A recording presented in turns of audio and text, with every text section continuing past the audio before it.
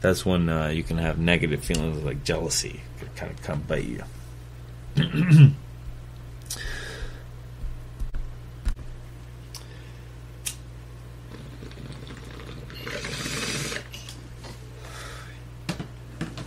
Little bong break for the homies. So basically, I'm about to,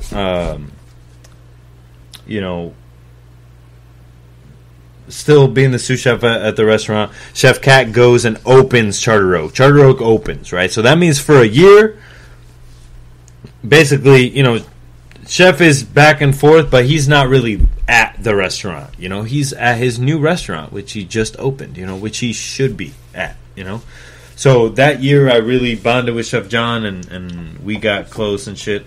And then, it got to the point where I was looking to transition, and I didn't know what to do. And Chef Costow had offered me to be the chef at Charter Oak. And at first, I declined.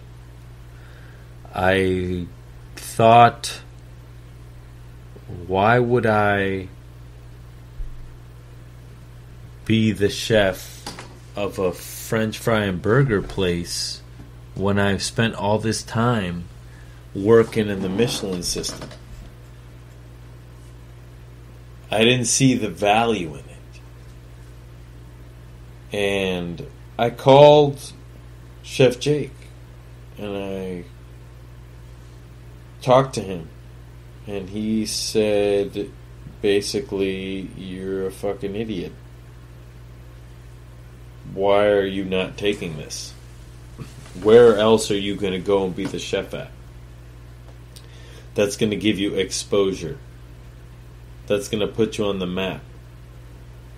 That's going to give you a place to call home as a chef. That's not you. Maybe it's not your spot, but you're the chef there. That doesn't happen lightly, Good chefs they're out there, but when you're looking, they're not around, And, because all the good ones are taken, as they should be, So that was definitely a crazy time for me, because I was, single now and kind of living crazy and not sleeping well, introverted a lot. I didn't go out anywhere, I just sort of melted into myself, because for the longest time I felt so exposed, because when you have a girlfriend, you're doing shit. You're going to parties, you got to do this, you got to do that, you got to go game night over here, and I was like rebellious. I didn't want to do any of that shit. I wanted to just stay home and not do anything, And after a while, I realized that was not good for my health, so I had to kind of step out of that. And that's when I sort of took being a leader more seriously, and thought that in order to make other people's lives better, I have to make my life better. Right? I have to be better than the life that I want to teach to live, So if I'm going to give people advice, basically, I got to take my own motherfucking advice, and I got to start doing the things that I set out to do. So, I started eating better. I started working out. I stopped eating shit food, and took leadership seriously.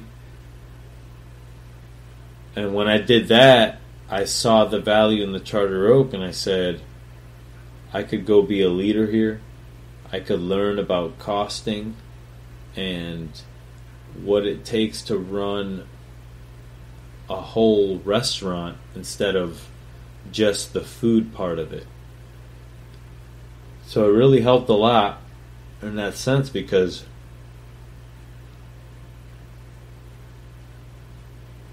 I know I could walk in anywhere and run a badass motherfucking kitchen. You know? No question. So, the fact that that place, the Charter Oak, was able to give me that is insane. And I clawed, and I fought, and I elbowed, and punched my way out of there. Punched my way out.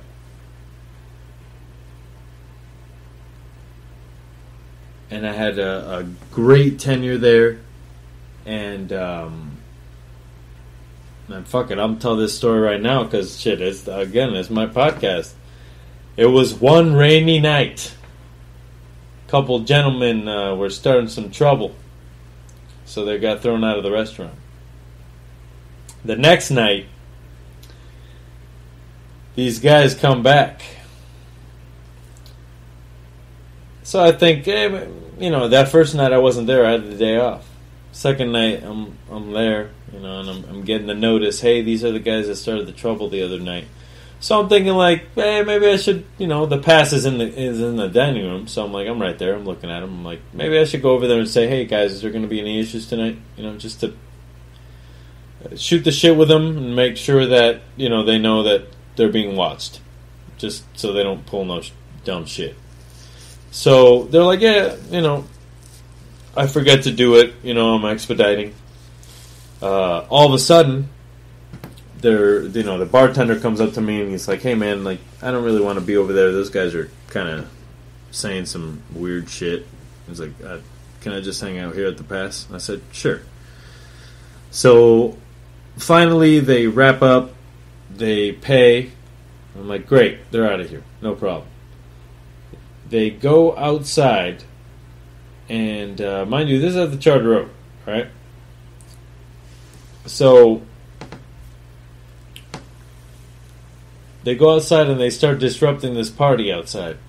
And my manager, one of the managers there, goes out there, and he tells them to stop. Like, hey man, what are you doing? You're at this party. That's not right. You go, fuck you, faggot. They said, what? He doesn't say that. But of course, he's thinking that, right? He runs back inside. He says, hey, like, these guys, they called me a faggot and they won't leave and they're being really nasty. So, me, I don't fucking take any of that shit from anybody. You're going to sit around here calling people names and disrespect them. It's not going to happen. You understand? So, I went out there and I said, I don't give a fuck who you are. You better get the fuck out of here right now. My exact words. I don't give a fuck. At that point, I did not care what they had to say. You understand? So, I stepped downstairs and they're in my face and they're like, what did you say? And I'm like, you fucking heard what I said. I said, get the fuck out of here. All of a sudden, one of the dudes grabs my beard. Just full force. I saw his face change from just no expression to mean and just grabbed my beard with both of his hands. At this point, I've been watching UFC and WWE, WWF for my whole life, right? I take this motherfucker right down with the spin move, and then I'm punching this dude in the face. All of a sudden, this other guy that's with him is right behind me, right? His other friend. And one of the dudes that was serving the party comes and grabs him off me. So I keep wailing on the other dude. And not very hard. This was the thing that I was proud of. I had control. I could stop myself from making too much damage. The last thing I want to do is like beat this guy to death, then I got a case. So it was good times in that sense. So I taught this guy his lesson, and then he went out, and I guess the cops were right there, and he basically stumbled right into they called the ambulance. He went to the hospital, and the cops came, and they took a picture of my fist and all that, and it was crazy. But I remember that I went outside, I fought this guy, And then I came back inside, and this cook at the time needed help with this lamb, and I went and like sliced the lamb, and with him I was like, all right, so this is how you slice the lamb. Boom, boom, boom, and boom, plated it. And then I was like, all right, and I had just fucking beat that guy's ass. And that, to me, like, reading that as a young cook, I'd be like, this guy is the shit. So I just felt awesome. You know, like, I just beat some guy's ass and then taught a lamb lesson real quick. And I'm the motherfucking chef of Charter Oak. And I thought it was pretty fucking cool. Now, I'm probably going to get in trouble for telling that story, but I don't give a fuck. I didn't say the guy's name. Yeah, he's a fucking bastard. Fuck you. But yeah, there you go. Beat his ass. So that was the end of that story. I feel like this is... After I drink, this is just getting drifty and really dark. But that's okay. We're going to see where this goes. So, you know, I'm the chef of Charter Oak, and I think the blessing of that place was, one, becoming a chef and being, like, feeling... like, oh shit, I'm a chef now. You know? Like, for a long time, you doubt yourself. You're like, yeah, don't call me chef. I'm not a chef. But being there, I was like, fuck. I really am a chef. Like, this is it. You know? And I lived my dream there. And thank you to Chef Costow for allowing me the opportunity to be the chef at Charter Oak. And it was... an amazing experience. It was busy. It was hard. It was unforgettable. And it's something that I will forever remember. And something that I will never take for granted. Because all of these things that I've done truly have formed who I am today. In the kitchen and out.